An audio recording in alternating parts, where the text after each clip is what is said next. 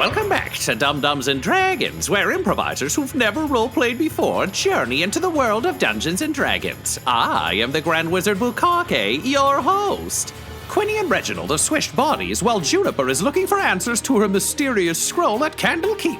Juniper discovered she has to find a Planeswalker. Quinny was faced with the terrible violence of Reginald's former Horde, and Reginald is forced to lead a gnome heist against Quinny and his old army pals. What will happen when Quinny and Reginald meet face to face? Find out next on Dum-Dums and Dragons.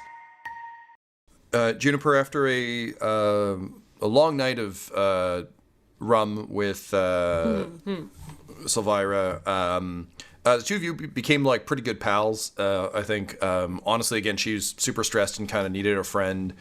And for you, you've been on the road a long time. It's also like one of those weird things where it's like, it's nice when you're traveling alone to just make a random friend along the way that it doesn't have a ton of like quest baggage. Oh, and I 100% at one point like turned into what's Jezebel again? A closet. Yeah, I definitely like changed into a closet and like had some fun. Amazing. Does that mean you had sex with Jezebel? Not necessarily. Laura, not necessarily. You have to tell us. No, she's not taking it off the table entirely, but I don't know, you know. None of us were there. No. Write your own headcanon. No, it was more just like no, it was I'm just more imagining just like, I can call closets. you a piece of shit too. Yeah, I was gonna say, I'm just imagining two closets like bumping cloacas like birds, just going, you piece of shit, you piece of shit, you piece of shit.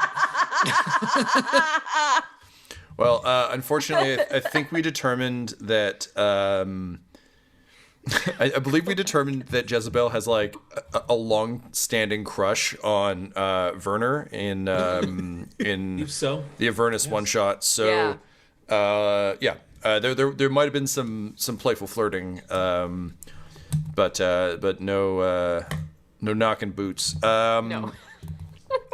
So you later that evening, Silvira says she unfortunately does have to get back to the business of possibly having to go to Avernus to help her friends.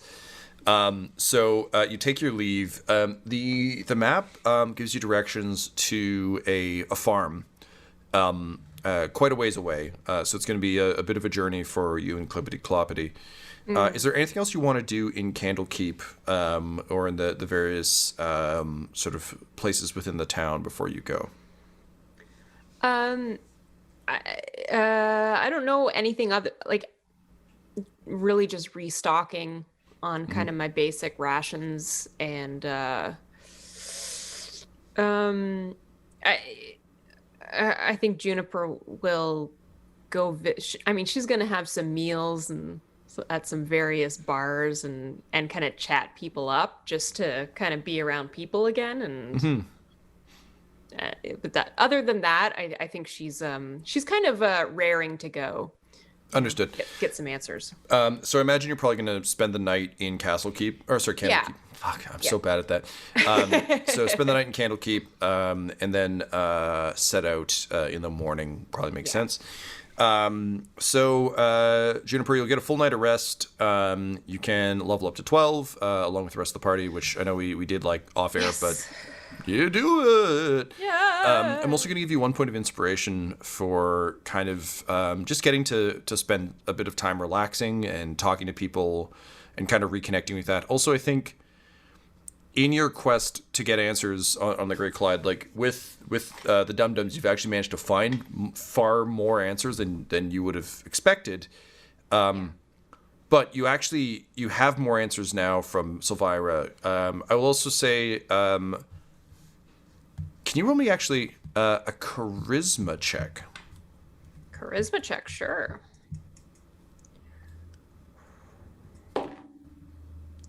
Ooh, that's not good. 8. Okay. On an 8, I'll say you you can ask one vague question of me from like the night, because admittedly you spent a bunch of time drinking with Silvira, so you did get more than just your like 3 square answers. But I will say this is more like a thing you managed to learn over the course of the evening.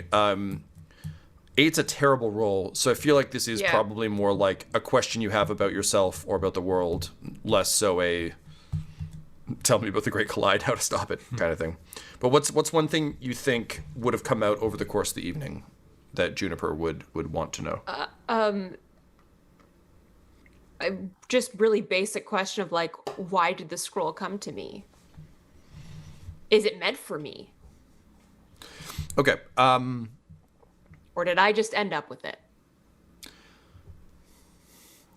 Based on what she knows of Augur scrolls, this is like I think like a later in the evening thing before you kind of went out to visit everyone else. But what she would have explained is Augur scrolls are often responsible for chosen one narratives in the world. They're often why people set out on quests.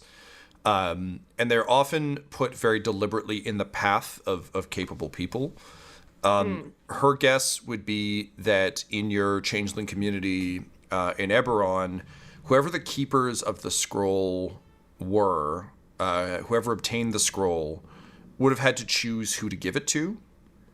So basically her argument is something to the effect of, you're not chosen by fate or destiny. There's no godly hand driving you, and also you've met gods at this point, so like, you know, they're around, but more so weirdly, like, you weren't fated to get the scroll, but weirdly by obtaining the scroll you did in a sense become a chosen one, because you were chosen by the people who were aware that it wasn't like a let's hope you have the power, it was like we think she's our best shot. So it's weirdly I hope they haven't misjudged me. I mean, you say that like Eberron still exists. Who knows? Great Collide. What? Yeah, basically, yeah. I think she would have had a laugh with you about that too. That's possibly when you're a Quasit. Who knows? It definitely was. Great. Am I just a piece of shit? She's like, yeah, but I mean, ultimately, we're all pieces of shit. That's why I like Jezebel so much. She tells it like it is. Like, you're just a you know, they determined you were the best person to have it. So by virtue of that, yeah, you're a chosen one, but no, you're not the chosen one. There's no great hand of destiny at work here, I don't think. I think you're just someone who wants to help solve a big problem before we all get like fucking killed. I think that actually makes me feel like a little bit better and more grounded. I think so. I think that's part of the reason why you're able to just spend a night in town Just like hanging out with people. To some extent, your burden has been lifted, not in like a greater I did it way, but in a, oh, I don't have to worry about being Neo anymore. That's pretty good. Yeah. That's kind of nice. Now I can just focus on being Trinity and actually get shit done. Yeah. While he stands around talking cool. Yeah, so you spend an enjoyable evening in town, get a point of inspiration, get a proper night's sleep, and you'll set out in the morning. So back to Team Caravan Heist. Ryan/Reginald in Quinny, you're sneaking up to the caravan. What's your plan for this? Okay, so his plan currently is he'd obviously tell Lyndon to like not shoot Reginald because Reginald's their inside man. He'd like to essentially sneak up to Reginald walking at the back of the group, and then talk to him while other people have like quiet, you know, like, because I'm imagining carts aren't quiet, horses aren't quiet. No. So he can have a sneaky side conversation while he's invisible, hopefully with Quinny in the back to like figure out what the fuck they're doing. All right, go ahead and roll me a stealth check, please, at advantage because you're invisible. I will roll against you with enemy perception. Okay, 30. You rolled better than my 17. That's for dang sure. 30. So wow. I think you do a full-on like Kronk sneaking in Emperor's New Groove, where it's like a do do do do do do do do do do do do do do do kind of situation, because you're used to like trying to sneak as a big guy. So your little body's moving like a big guy sneaking would, but you're light and quiet and wearing an invisibility ring, so you're actually just fine. Yeah, and I'm like springing more than I think because I'm used to have to put force into steps to move the armor. Yeah. It's like you're walking on the moon. Weight. and I have boots of striding and springing, so it's just like it's a flea circus thing going on invisibly in the background. Yeah, you're just having a good old-fashioned John Carter sequence. It's a good movie. Shut up. Just springing around. Okay, great. So, Quinny, can you roll me a perception check in your Reginald suit? Yeah. Not great, Bob. Perception is what? Wisdom? It's so alien to me to have these not alphabetized, but just in like what skill they're based on. Is that -1 to perception? Okay, so that's a 3. That's a 3 to perceive. You are astounded when you hear a whisper. Because, I mean, you're Quinny Brown Bear. You got eyes in the back of your head most days. Yeah. Yes, Ryan, you successfully sneak up on him. He does not know you're there. You don't necessarily know that. What do you do? I feel like he'd be quiet, just be like, "Hey, Quinny, it's Reginald. Keep walking. Just look in front of you. Pretend it's all normal." Definitely like very scared, like turn around, like mock martial arts pose, like and then very quickly kind of hands at my side and continue to walk. All right. So I found out what happened. And it turns out that Dahlia lady is kind of a wizard. It's made us switch bodies so we'd learn how to be friends. Oh, I thought she'd do that to us. I I had an inkling as I was dragged out the door. Can you roll a stealth check there, bud? Why are you Tyler, talking like bud? an old man? Just trying to copy you. You don't have to do that. I'm talking like you, But this sounds like your whispering voice. I guess. 8. It's a complicated process. Stealth is 0, so 18. All right, you're still the muscle reflex in your brain. This is so weird. There's a lot of like weird phantom limb stuff we're getting into, but I think Yeah. It's like, does intelligence modifier change for us kind of thing? And yeah. I mean, in theory, no, but mechanically it kind of needs to, just for the sake of it's fun that you have each other's character sheets. Yeah. But okay, actually, Smarter. that's a good point. So what I'll say is, if it's a stat that you're normally incredibly proficient in, I'll give you advantage on checks with that. You still have to use the stat sheet that you've got, but it's like Quinny is smarter than Reginald, but he's having to. He's not. No, Reginald's actually very smart, but yes. Yeah. Fine, he's more dexterous than Reginald, 100%. but he still has to transfer what his brain would register, what his essence would register as dexterity through the body of a big guy in armor. So if it's a check you're normally extraordinarily proficient at, you get advantage because your brain would actually be good at, like, for example, in this instance, Quinny, even though it's unfamiliar vocal cords, your brain's still like, shh, quiet vocal cords. So the voice comes out like, quiet, gravelly Christian Bale Batman, but you still know how to modulate. So Yep. Quinny will have advantage on Dex, and I'll have advantage on Intelligence. If we want to take our highest stats and say those will carry over. Yep, I'll take that. I would also Cool. say, though, also treat it with skills. So, like, for instance, so anything that's related to that skill. So, for example, stealth, you're in a big, loud body, but if years of Metal Gear have taught me anything, a lot of stealth is figuring out which crate to stand behind until they walk past your shipping container, and then you can move to a different shipping container. That doesn't go away. So just keep those in your back pocket. Also, Juniper, just keep using your Juniper stats. I think is probably for the best. Yeah. That sounds good. Yeah. Cool. Great. Juniper's having a lovely evening while all of this is going down. So I've got the criminal gang together. And this is one of those things where we're both very good at our own world. And you're good at this world, but you're not in this world anymore.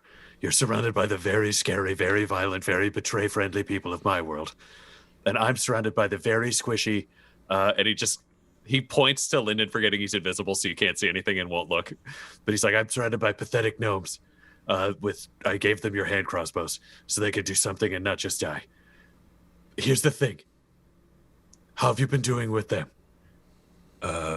They've challenged my authority a few times. Okay. And so far, I've let them kill Greywater mercenaries, which I really don't feel good about. Wait. You let them challenge your authority and you just took it? No, I let them kill mercenaries, and internally I feel like dog shit about it. When they challenged my authority, I tried to punch one of them, and it didn't go well, but I did assert myself. Okay. This is going to be a world where I understand you really like to phrase things in your benefit, and I don't want to be mean from the outside, but if you tried to punch them, you have officially failed to assert your authority. Let me guess, it was followed up by somebody asking you if you were in charge? Yes. Yeah, that's a very bad sign. That means they are very likely to try to kill you if you actually exert your authority. In future, if someone challenges your authority, especially if they like hit you or do something physical, you need to respond with overwhelming fatal violence. That's literally the only thing they respect. Should I be proactive here and just kill one of them unprovoked? I think then they might all try to kill you because technically you're on the outside. This is going to be a weird balance. Okay. The only way you can kill one, because now they're stronger than you, is to play along and then kill them if they're on their own. But if one of them starts slapping you around, you got to make a choice. Either you're in charge and you kill him, or you're going to be the whipping boy for this whole thing. Well, I don't want to be the whipping boy. These guys are extremely cruel. And by the way, they're opening a portal to bring in the rest of the Horde to take over our realm. Okay, that's terrible. Are there any linchpins to this plan? Like one thing that if they didn't have, it wouldn't work? Yeah, there's some kind of guy who's apparently their prisoner, but they're coercing him into opening the portal. They need some of this stuff, but they can only bring through a few people at a time. And apparently with this and that guy, they can bring in a whole platoon or regiment or whatever. Okay, I hate to say this, and you're equally going to hate this, but we're both going to have to keep pretending to be the other person and do their job really well. Because I won't have access to the prisoner as you, but you will as me, and you can't steal this stuff as you without blowing that. So you have to stay you, and I have to be I have to stay me, you. but in the wrong bodies. This is very hard. How do I steal what's in that goddamn the thing? How do you... I need to steal the Ilium. I have an idiot with crossbows and you. How would you do this? You're a great thief. I hate to say it, but you're a great thief. Well, you're already here and you're invisible. You might be able to just make off with some of the stuff right now. I could even walk you up to the back of the cart. Okay. Well, honestly, I got a lot of respect for you, but I know me. You are not stealthy in any way, shape, or form. And even if we're carrying over you being good at it, your armor will make you very bad at it. However, again, I know you don't like compliments and I don't like giving them. You are incredibly stealthy. I could get this stealth on my own. Between this ring and this body, oh my God, you can get anywhere. Look, if you've got the bag of holding still, just load it up with whatever's in there. Oh my God, I do have a genius's bag. I Go ahead, Tyler. guess I'll try and keep up appearances, but look, I want to make it clear. I think it's great that you're trying not to get those urchins into danger. I'd like to keep that going. Now, as for your friends here, how do we feel about stopping them in a extremely permanent dead person fashion? I would be happier if they were all dead. Yes, kill them. Kill them. Great, Just don't okay. die in your body. Okay, here's awkward fact. If we don't learn our lesson within a week, I think our brains melt and we both die. And if either of us dies, the other person's brain will explode out of their body and also die. So you can't die. If you die, I die. If I die, you die. No one dies. Then let me tell you something.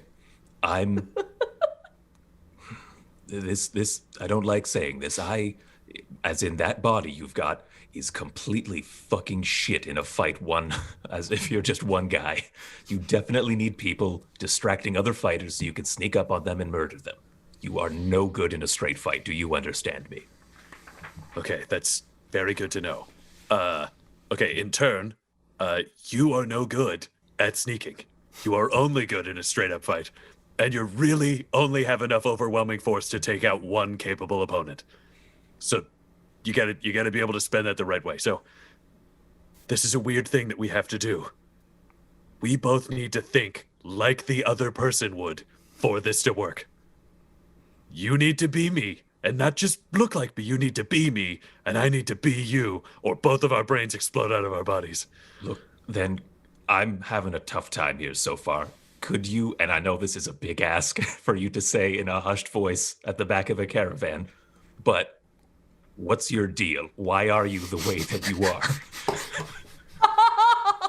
Because I am not playing the part very well so far. Okay, here's I'm gonna treat you like a spy where I have to create your backstory for you. Here it is. You see those 3 people on those carts in front of you, the ones you failed to impress? Because they seem incredibly dangerous? Yeah. They're the weakest people in the army. None of them rank above a corporal. They're basically interns. I come from a world where those are the interns, and everybody else is scarier. I have to work out all the time so that I'm very good at murder, because when one of them challenges me, I have to slap them down so fucking hard that no one else thinks to ever come up against me, and then I hide. So your job is to do as little as possible and seem as capable and scary as possible, and then try to avoid fighting. You have to bounce back and forth between those 3 poles. They'll all probably try to ally with you individually at some point. They will all also betray you after they do that. You gotta stay 5 steps ahead. As you say that, Junpei ceases to be 5 steps ahead as he begins to reduce his step count to fall just very casually back closer to you. And then he says, "Hey, Reginald." And I realize he's talking to me. Like, what? I hear you muttering to yourself, "This is good. We should talk at this volume. You know Kira is bad at low frequencies." Right, yeah, totally. "Tinnitus is a bitch. Yeah. So listen, Captain General, you and I haven't always seen eye to eye. I made fun of your stupid wussy little murder room. 'Cause, come on, children build rooms like that. Scared little babies. Yeah, well, Urchins. this world's full of little babies, so it was perfect until you idiots walked in there. Ah, you got me. You know, this is why I've always begrudgingly respected you. You seem different from everyone else. I think perhaps you and I should form an alliance." Now, I will say, Ryan as Reginald as Quinny, you are within earshot of all of this. You can fully try and Cyrano de Bergerac this situation if you want. Well, you're going to have to prove to me, because you're right about one thing. I am different. I'm an alpha. And you're going to need to prove to me that you're not some beta cuck. Like, No, I'm no beta. I'm an omega. If an alpha fucks me, I get pregnant.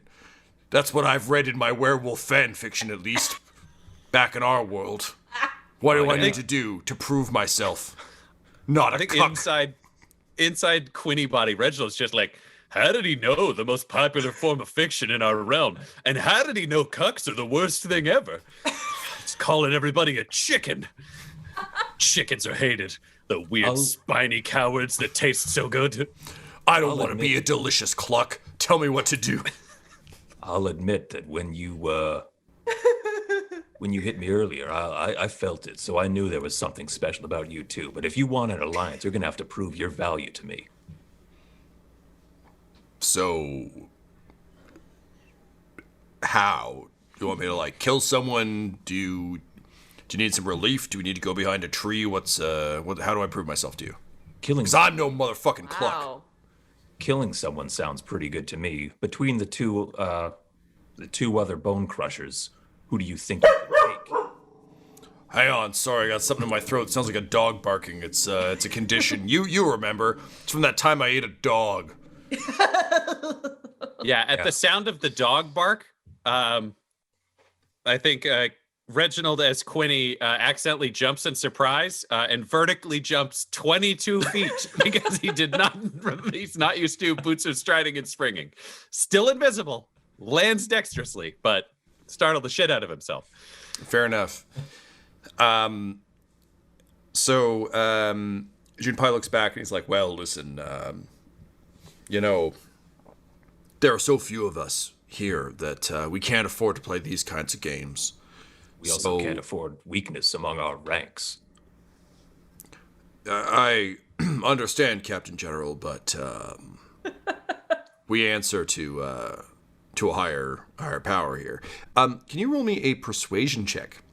That classic Quinny skill. Yeah. That is a 19. I mean, it's not bad. But it's not enough. So he says, I understand, but things are different on this side of the portal, you know? We, once we own this world, we can turn on each other and it'll be delightful. Unending war with friends. What could be better? But until then, we originals need to stay together. That's a term we've started using, originals, from the original world, not from this shitty copy world. So we gotta stay safe while we fight the copy world assholes, you know? But of the two, honestly, I would rather fight Fluffy than Kira, and that is saying a lot. Because Fluffy is pretty scary, even by our standards. All right, then. So when we start the... What's the word I'm looking for? Ceremony? Ritual. So when we start the ritual to open that portal, we're going to send a message to everyone coming through.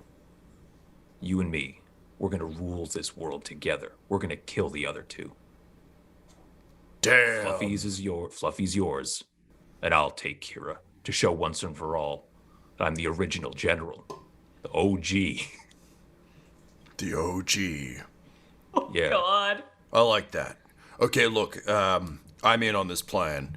What should we call our alliance? Something grim, dark, and cool, like our OG world. Yeah. Also, shouldn't you be OCG for Original Captain General? No, we're changing the ranks again.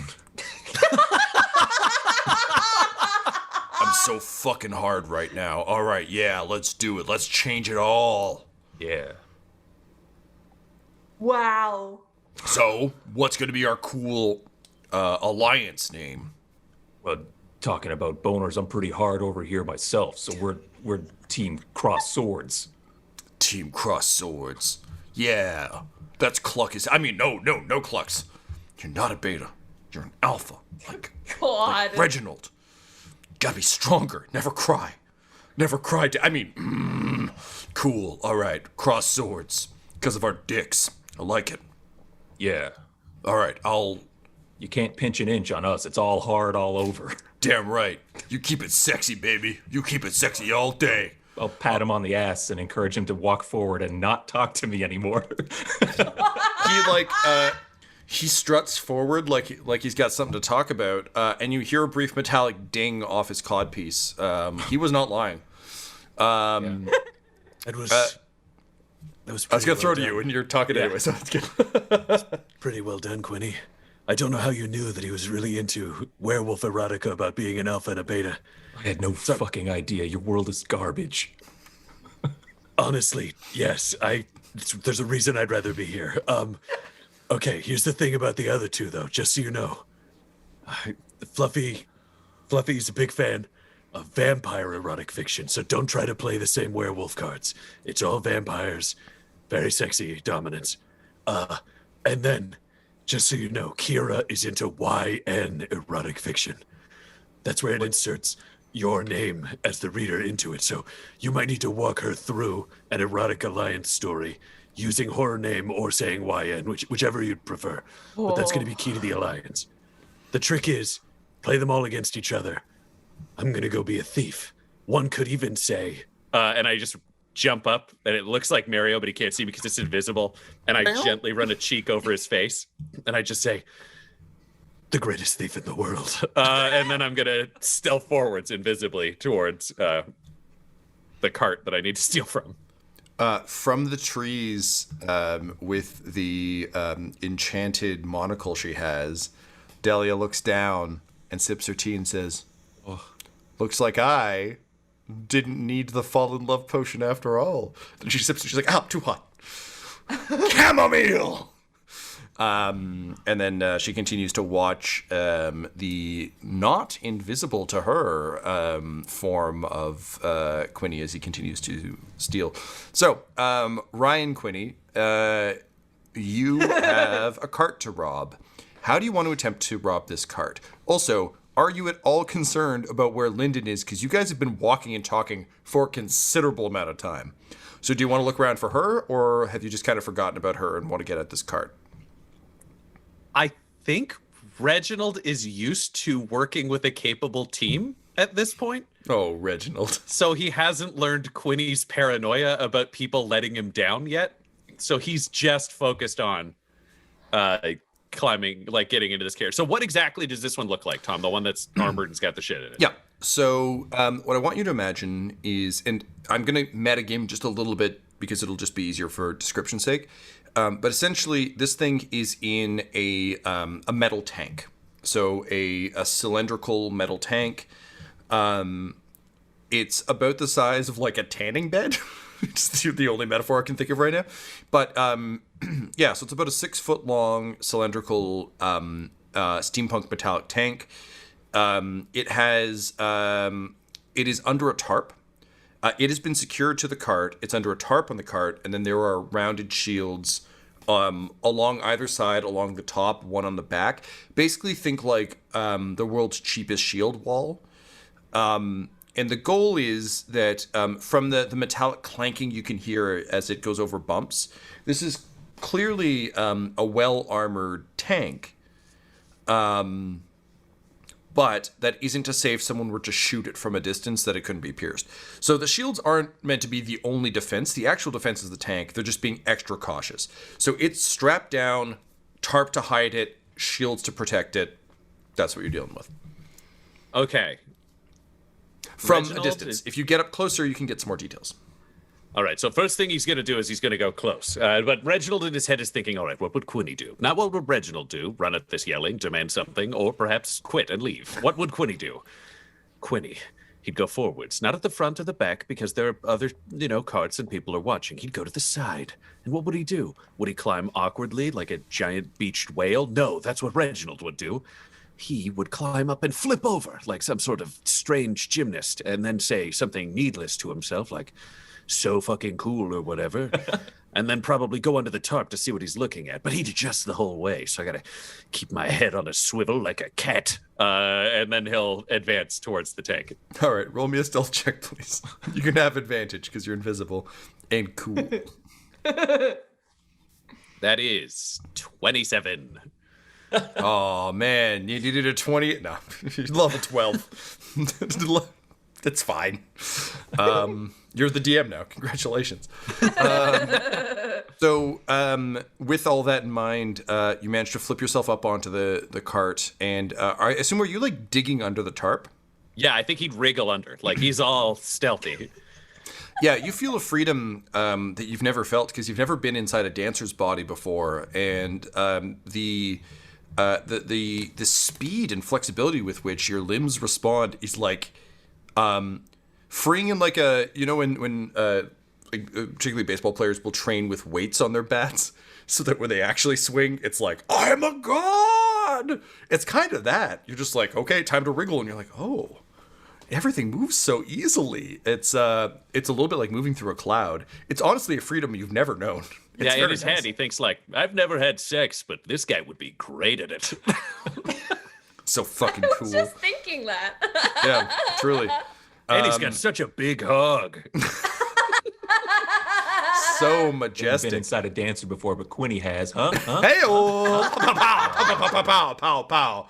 Look, I think we've established Quinny fucks. Like, there's no so. question in anyone's I can't mind remember with if we did, but yeah. I mean, he Ooh, hasn't and in when? years, but Yeah, he may no, have No, at some point. agreed. through He a dry hasn't spell. since the adventure began, but A Quinny self-imposed fucks. dry spell. He could get laid anytime he wants. I mean, honestly, given that Reginald has a full week in his body, he very well might. Good thing there's no closets around, am I right? So... Yeah, I'm a piece of shit. honestly, I feel like that would be real good for Reginald. He'd be like, I am. Let's Yeah, do it. all right, so I've wriggled under the tarp. Yes. So you, there's, again, this giant metal tank. It's sort of like bouncing back and forth a bit. I'm imagining you're like, weirdly, this is a pretty good hiding spot because with the way it's secured, there is space between the tank and the bed of the cart. And the straps that are holding it down. So you're able to like really kind of get in next to it. It's a big, heavy metallic tank. There are those sort of classic, like, submarine or diver mask, like, big, heavy, sort of glass... viewports or whatever? Viewports, yeah, that have been, like, they've got heavy bolts around them just to make sure they're very secured. And inside you can see a liquid that looks a bit like if you spill oil, or more realistically, for my frame of reference, bubble solution on water. So it's got kind of constantly shifting, beautiful rainbow spectrum, even in the dim light of being under this tarp. It's also a considerable fucking amount of this. Question for you, though, Ryan. How much magical shit have you encountered? You fought... Because, again, the Alliance... We should be clear, because I forgot this and then was reminded. The Alliance is, like, vampires and, like, a bunch of monsters. Like, it's not like, hey, we're the happy elves. It's like they're fucking nightmares. How much magic has Reginald encountered this close up in terms of, like, alchemical ingredients and components for spells, do you think? I feel like he'd have some basic familiarity with whatever was lugged around in terms of artillery, because he couldn't actually command an army to take a kingdom without some knowledge of, like, how to use mages and explosives and shit. But he's not, like, an expert. He's the guy who can be like, move it closer to the wall, or, like, he's the guy who's like, don't drop that. Whatever would prevent him from dying on the road. So basically, you recognize this fluid then. And normally you've seen it in vials. It's a component that essentially helps supercharge magical abilities, often at tremendous cost to the user. If we're talking like 40k terms, it's a little bit like overcharging your psyker. So you could, like, send a message across space. Their head will explode, but, like, the message will get through. So this is the kind of thing that usually makes mages pop, but is in the same way like berserkers would often get, like, super high before combat. There's not necessarily a way back from this, but this stuff is very potent. And again, you're used to, like, small vials of this shit. So the fact that this is a fucking, like, tub of it is alarming, but also, to the original point of robbing this, incredibly valuable. In very, very small doses, this can, like, bump mages a little bit. In vial doses, it basically turns you into a bomb. In this amount, like, So it's magical cocaine. Cocaine, yes. All right. So where are these viewports? Are they high up? Are they low down? Like, what's it's like a long. I'm honestly just thinking of, like, a septic tank style build. So it's like a long, almost like a pill-shaped metal coffin.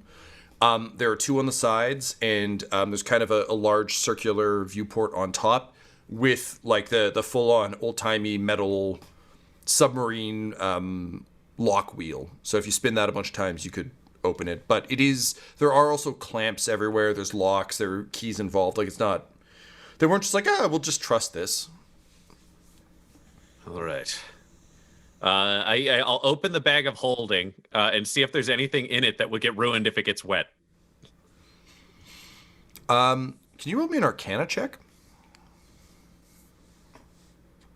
Oh, I see. Never mind. You don't need to. I was thinking whether you could determine whether or not the bag could get wet, but you're talking about filling the bag. Yeah. Okay, yeah, do roll me an Arcana check for a different reason.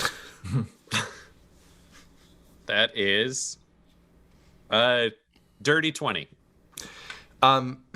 So your experience with bags of holding is that they are very useful. I think they're actually fairly common in your world, because the other thing that's kind of fun about this was something I encountered in a video game recently, where you're normally a character who has nothing, and then you play as a character who is, like, part of an army, and you're like, oh, I just have ammo. That's nice.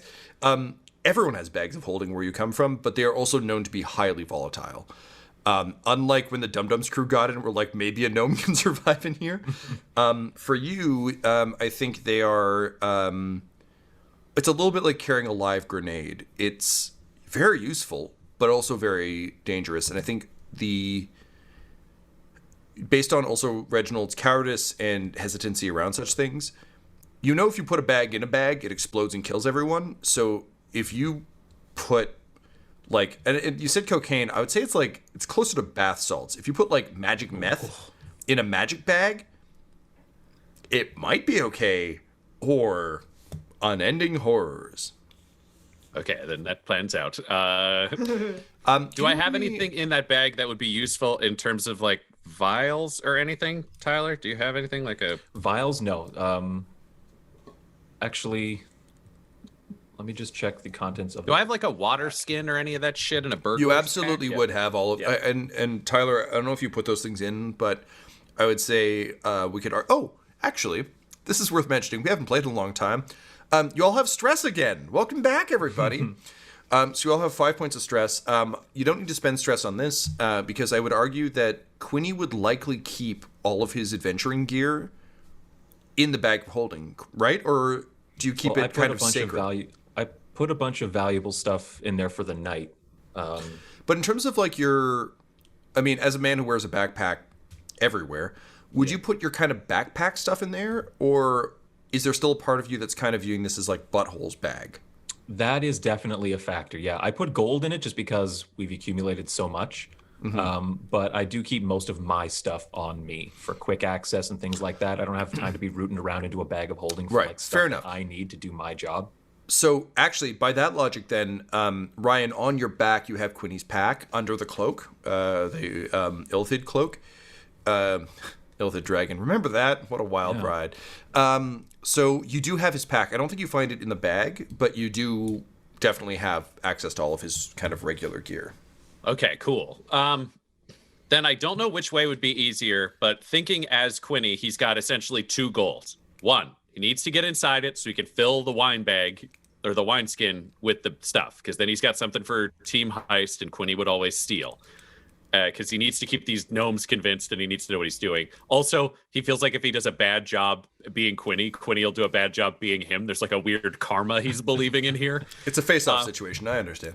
And then he basically wants to find a way to either break or leave open a bunch of the viewports and then knock a wheel off so that it spills all over the fucking place so they don't have this giant bomb worth of shit. Instead, it can just be liquid on the ground. So step 1 is get in, get wineskin. Step 2 is break it and pour everything out. Okay. So, and you're looking, sorry, you want to look in the bag for something that could help you do that? No, I feel like he's got thieves' tools and stuff that Quinny would have. So go ahead and roll a proper Quinny check. This is a sleight of hand with thieves' tools. However, I am going to give you disadvantage on this because you, as Reginald, have never had to pick a lock. That is true. The hands are nimble. Quote of the Zaparadigan. The mind is willing, but the flesh is weak and spongy. You've got the inverse problem. The flesh is willing. Flesh is willing, but the brain is weak and spongy. Very talkative. I do have a boon granted to me by you, Tom. When I got 3 natural 20s in a row on lockpicking, so you gave me a +1 to lockpicking. I don't know if that's true. That does apply. Yep. Okay. And we'll say that is literally just the fingies are very talented. Again, I can Quinny feel fucks. more than I should. It's trippy. Also, Laura, how you doing while he's rolling those dice? Thank you for your patience. I'm doing great. I'm sorry. It's just fun. Honestly, it's like so much fun to just like sit back and like watch what's going on. Yeah, you're getting a real Mythos Mysteries adventure here where just one character gets sidelined for a full episode. 17. Okay, yep. So with 17, you manage to pop the clasps that are holding the... because basically they were like clamps that were holding the wheel. So they pop off. However, now you have a completely different challenge, which is this is a heavy metal wheel that has clearly been locked very tight by someone very strong. So you reach out with your Reginald brain and try and just crank this wheel, and it is real tight. It's like someone who really turned that faucet in rage. So normally you would just muscle through this, but you don't have any muscles anymore. So what do? You can still roll a strength check. It's just this is a much harder thing for a Quinny body to do. Well, I think he'd probably try to muscle it again, just because that's where his brain is at. So we'll try that at the gate. Let's go athletics, please. Yeah, let's see what happens. That is a 2 with -1 becomes a 1. Do keep in mind your natural ones, though, because now you are lucky, because you are a halfling. True. Yeah, so keep that an eye was out for just a tremendous failure. But doesn't Does he have my inspiration? That No, he you awarded have me? your inspiration. I 'Cause have okay. It falls with Yeah, you. no. Give it a try. Okay. He can see in. Does Misty Step let you teleport into something if you can see inside it? Laura, I'm looking to you. I believe you have to see it. I believe that you have to see where you're going. Dimension Door lets you go places you can't see, but I don't think Misty Step does. Yeah, but I can see through viewports into the interior of the tank. Oh, if you can see it, It's an then unoccupied you can space go that you there. can see. Yeah, That's what you it can is, have yeah. barriers between it, but if you can see it, you can go. I'll allow it. I think he looks into it and he muscles and it won't move. And in his head, he's like, curse this puny body. I knew I was better. And then he'll look down and he'll just be looking at one of the viewports. And he's like, how the hell do I get in there? All I want to do is be inside. Come on, just be inside. And he just like night crawlers himself invisibly and falls into Ilium inside. And he's like, Rah! I need you to roll me a survival check to see if you breathe in a full mouthful of Ilium. You're gonna fucking kill my character. Roll real well, dude. That's a 19. Reginald, your natural cowardice and panic is so well tuned that the minute you feel yourself falling forward, you just clench everything. You clench your nostrils, you clench your mouth, you clench your throat, you clench your butt. You're just like, no. So suddenly you're floating in Ilium, but weirdly you're super clenched. Your eyes are closed and you're not breathing. And you, Then I you just feel, you- unstop the wine thing, shake it around so the air comes out, restopper it, then realize I don't know how to get out with my eyes closed. Find a viewport. If I could find a viewport. roll a. I was gonna say sleight of hand, but I think this is perception. Or, well, it depends. I'll give you perception if you're trying to find it. I'll give you insight if you're just like leaning on like faith that I'll get out. Oh no. He does not have faith in himself. I didn't at any think point. so. I just wanted to give you the option, dude. That is a 22. Nice. You slam it, and I think the thought running through your mind is just, everyone says like die young, leave a beautiful corpse. You don't want to be the guy who died in the Quinny body. That will mean he was better at driving this body, and you're better, damn it. So you're feeling around desperately, just as you can feel your air running out. And finally, you tap the viewport. You feel the viewport there. Now, the catch is, based on the rules as written, I think, about this spell, you need to be able to see where you're going. Is that correct, Laura? Yep. Do you open your eyes? He's like, Or your I need to get out of here. I need to get out of here. Opens his eyes to try to teleport out the moment he opens his eyes. Okay. Tyler as Quinny as Reginald. Quinny, Reginald driving your body disappeared, has been invisible, but has snuck away. Mm-hmm. I think with your trained eye, you see a little like flutter of the the shields ripple and the tarp ripples a bit. Mm-hmm. And thinking of him thinking as you, it makes sense that he would try and sneak in and do something. But you also realize that he's not great at being invisible because you keep seeing the shields bump. So your job over the next few minutes is to distract the Bone Crushers from noticing that even though he's invisible and doing good stealth, he's a guy under a tarp and he's not like being stealthy about it. He's like feeling around and doing shit.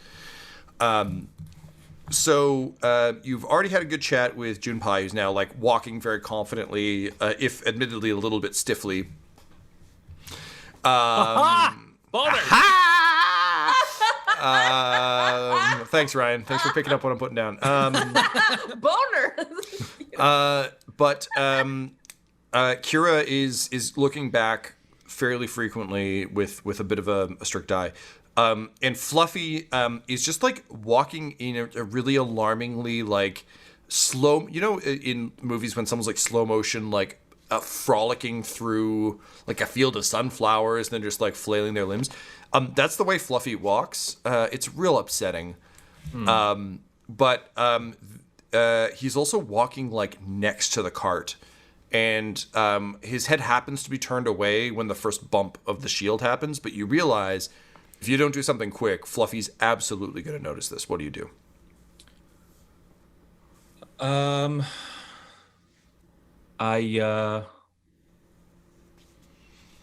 walk up to Fluffy and try to talk to him. And in having a conversation, kind of try to lead us away from the cart. Okay. So I'll say, so, Fluffy, it's good to see you again. I have to say I never thought I'd see anyone from the old platoon. How have you been? And Fluffy's head turns like 90 degrees on their neck, and just his head just swivels to you. And without the lips moving, in your head like a strong wind blowing through your ears, you just say, "I am good. It is also nice for me to see someone from our dimension. So nice." I don't want to talk to Fluffy. I don't want to do this anymore.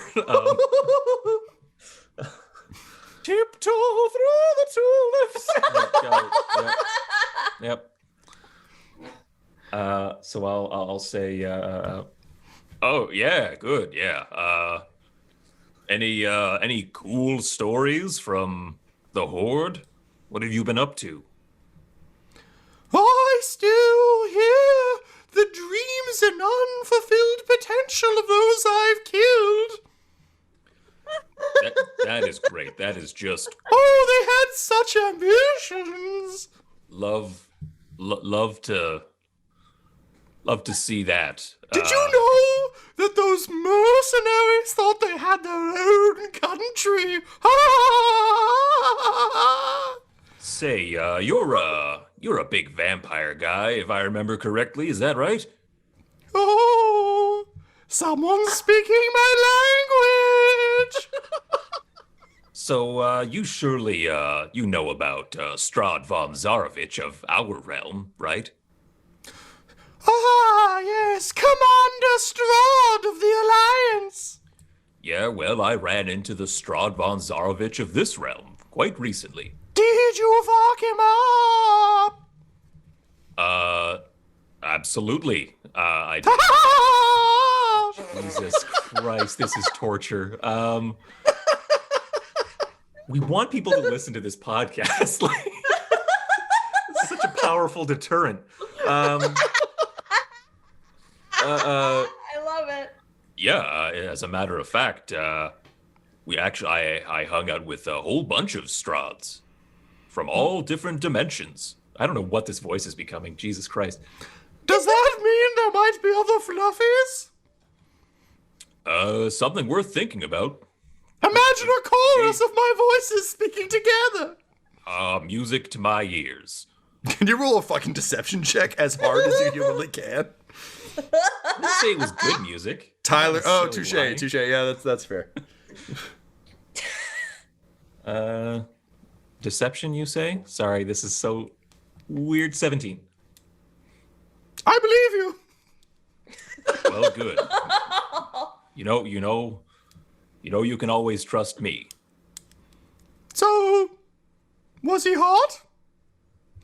I mean, some of him was hot. Other hymns were not as well put together. But boy, when I tell you that there was how to occupy Fluffy's mind, when I tell you that there was a Strahd orgy of just Strahd on Strahd action, it was really something.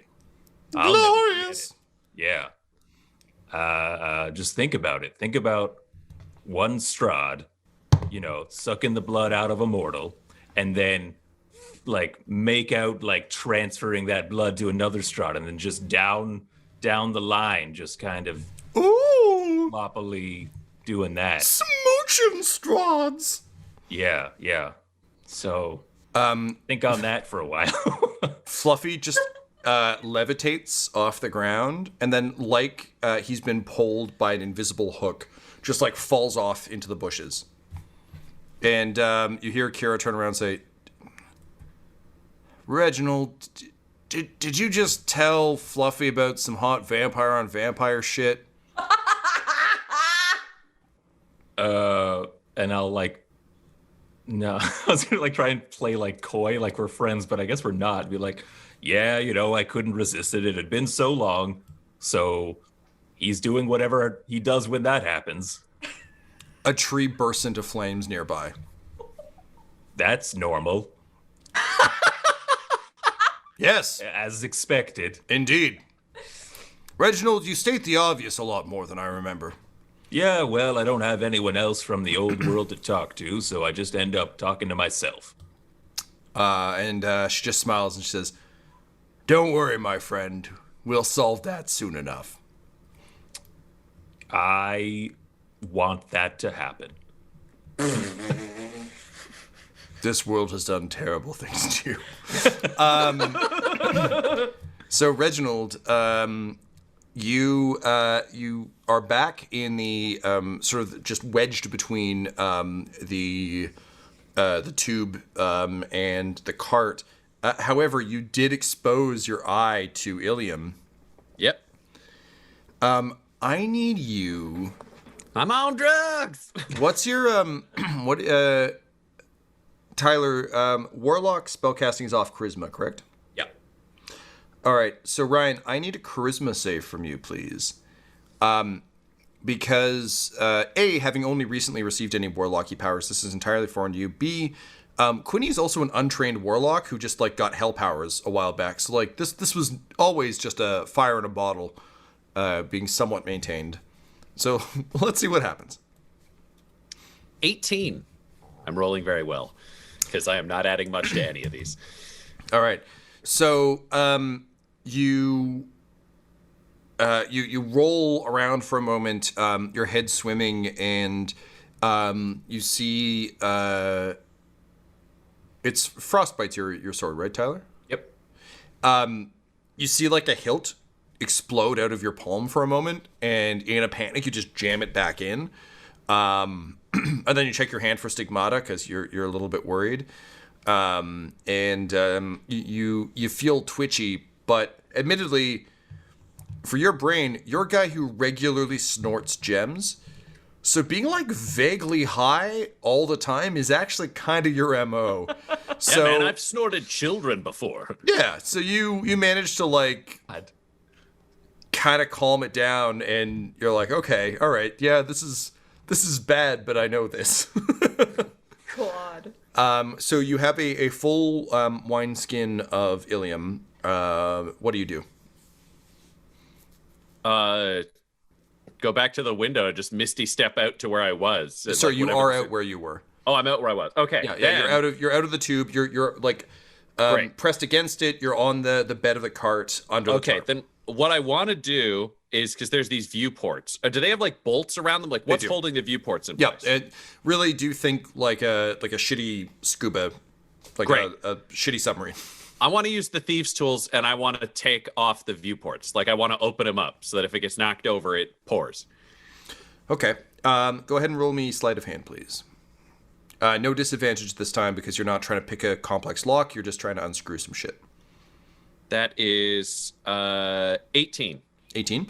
All right. So you're not able to like take off all the bolts because there's a lot, but you're able to take off like loosen a couple of the bottom ones, which means that Ilium starts to spill out. It won't take all of the Ilium out, but it starts leaking into the cart bed.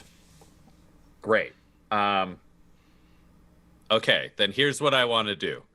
I want to wriggle back out, and I want to get below the cart, and I want to knock a wheel off. Like I want to do whatever I can with the axle. I want to just take it out so it'll spill for as long as it can. Give me an acrobatics check, please. Nice. That is a dirty 20.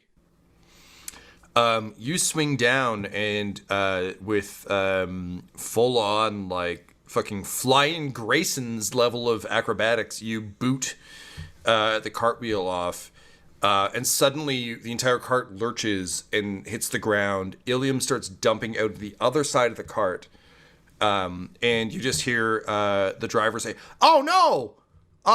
The axle, there's a problem!"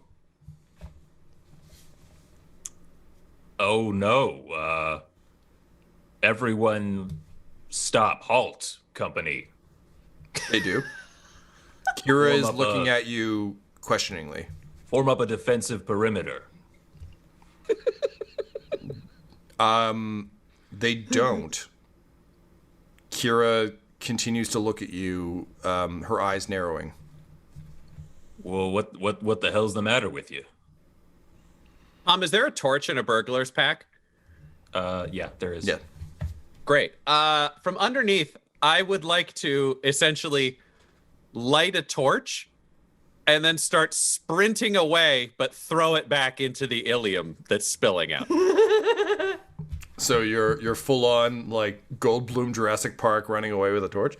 No. I'm throwing the torch back to try to light the ilium on fire, but yes. All right. So you begin to sprint away. You throw the torch back. Can you roll me this will be a ranged attack. Normally would use strength, but I feel like this is a dex throw. So take whatever stats Quinny has for ranged. Use that. Tyler, can you roll me an insight check, please?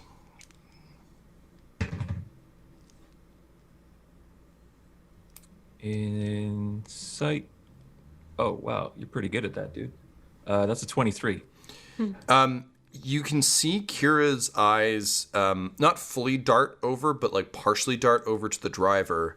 And you realize that part of the reason she is so suspicious and kind of like weirdly standoffish is this kind of incompetence from a civilian driver should mean immediate death. And the fact that you haven't killed him is really bugging her. What do you do? I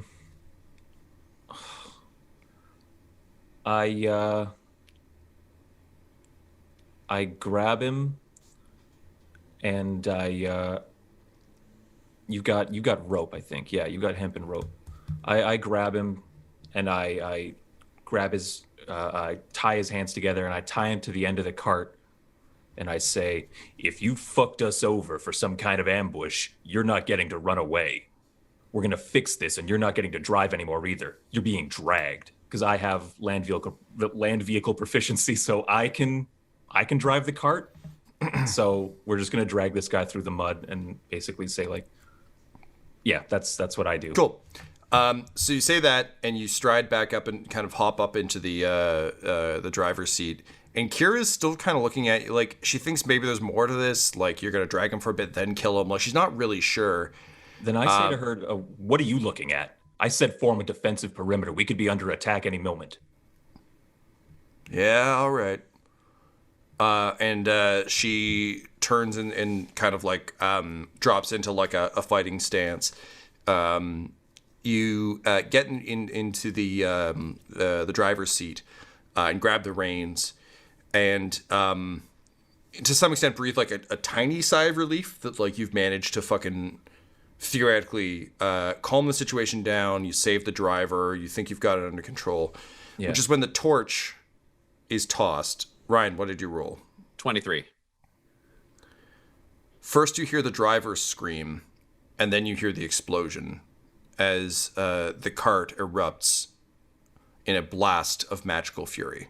This episode of Dum Dums and Dragons features the voices of Ryan LaPlante at the Ryan LaPlante on Twitter, Tyler Hewitt at Tyler_Hewitt on Twitter, Laura Elizabeth at EL Hamstring on Twitter, and our fantastic DM Tom McGee at McGeeTD on Twitter. This episode was edited by Ryan LaPlante, and all of Dum Dums and Dice's art is by Decapitated Markers, or at Decapitated Marker on Twitter. That's MRKR. Our theme songs are And Now for That Massive Coronary and Skipping Through the Orchestra Pit Part 1 by Peter Gresser, and our ad music is No Control and Chiefs by Jazzar, JAH DUMDUMZZAR, all available at freemusicarchive.org. When it comes to Dum-Dums and Dice, you can visit our website at dumdumdice.com. Our Twitter and Instagram are at dumdumdice, and on Facebook at facebook.com/dumdumdice. But most importantly, we've got merchandise at redbubble.com/people/dumdumdice, or you can join our Patreon at patreon.com/dumdumdice. That's DUMBDUMBDICE. And tune in next week for more Dum-Dums and Dragons.